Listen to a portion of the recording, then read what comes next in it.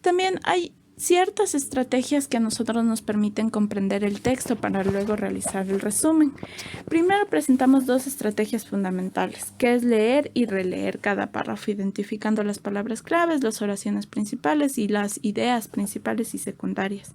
Entonces, desechamos la información trivial y sustituimos algunos elementos por hiperhomónimos, que es decir, yo sustituyo algunas palabras e incluso oraciones por otras que se parezcan. ¿Listo?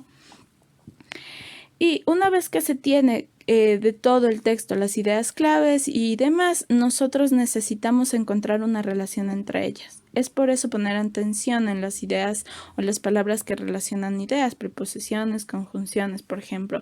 Además de ello, sin embargo, por ende, entonces son ideas o son palabras que nos permiten relacionar este tema. ¿Listo? Dibujar un esquema gráfico también es muy importante porque de esta forma nosotros vamos a poder sintetizar la información que tenemos y ordenar las ideas según la introducción, con los objetivos del autor, si es el caso, su problemática y sus hipótesis, las ideas principales y las secundarias de cada parte y una conclusión con los resultados propuestos ya del autor.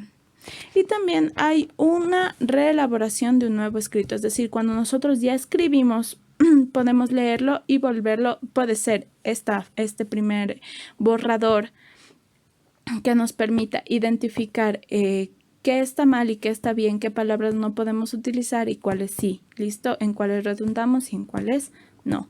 Entonces, un resumen se redacta preferentemente en tercera persona. En texto seguido, evitando utilizar expresiones como el autor dice que o menciona que. No hay que olvidar que resumir es reescribir el texto poniéndose en el lugar del autor. ¿Listo? Ya que el resumen es un texto fiel al autor, no se ponen comillas, ni notas de pie, ni nada que lo cite. ¿Ok? El número de párrafos depende al esquema adoptado, es decir, o sea, el resumen es de corta extensión en realidad, pero este número de párrafos que usted necesita depende de cómo usted interpretó el texto, ¿ok?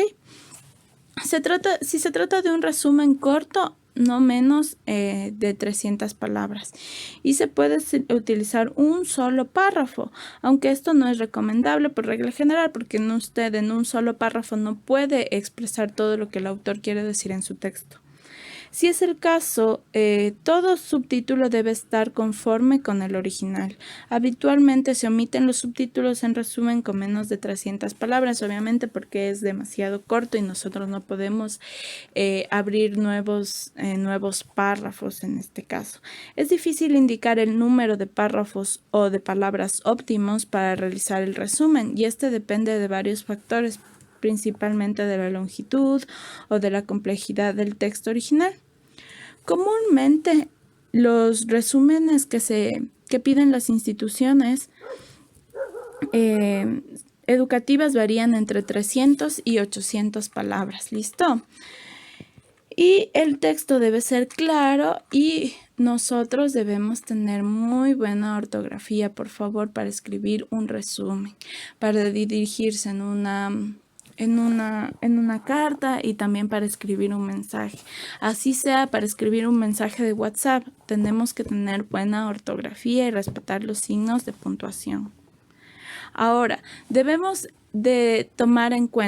tomar en cuenta para realizar el resumen. Primero, identificar las palabras más importantes del texto y seleccionar las palabras claves. Ojo.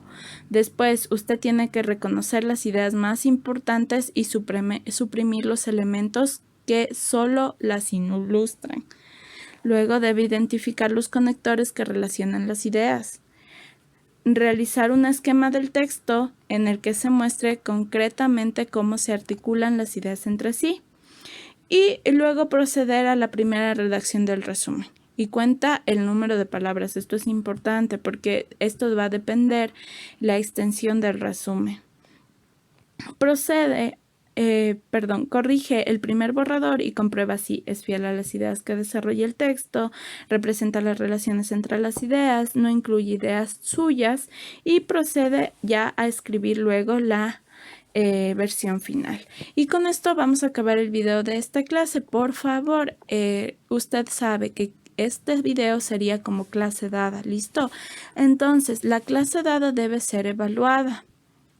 Ok, en la parte de las actividades usted va a encontrar su evaluación, pero en este caso, igual que en el caso anterior, usted va a realizar un resumen de 800 palabras acerca de este tema de lengua y literatura, por favor. Y con esto terminamos. Muchas gracias por ver. Saludos cordiales.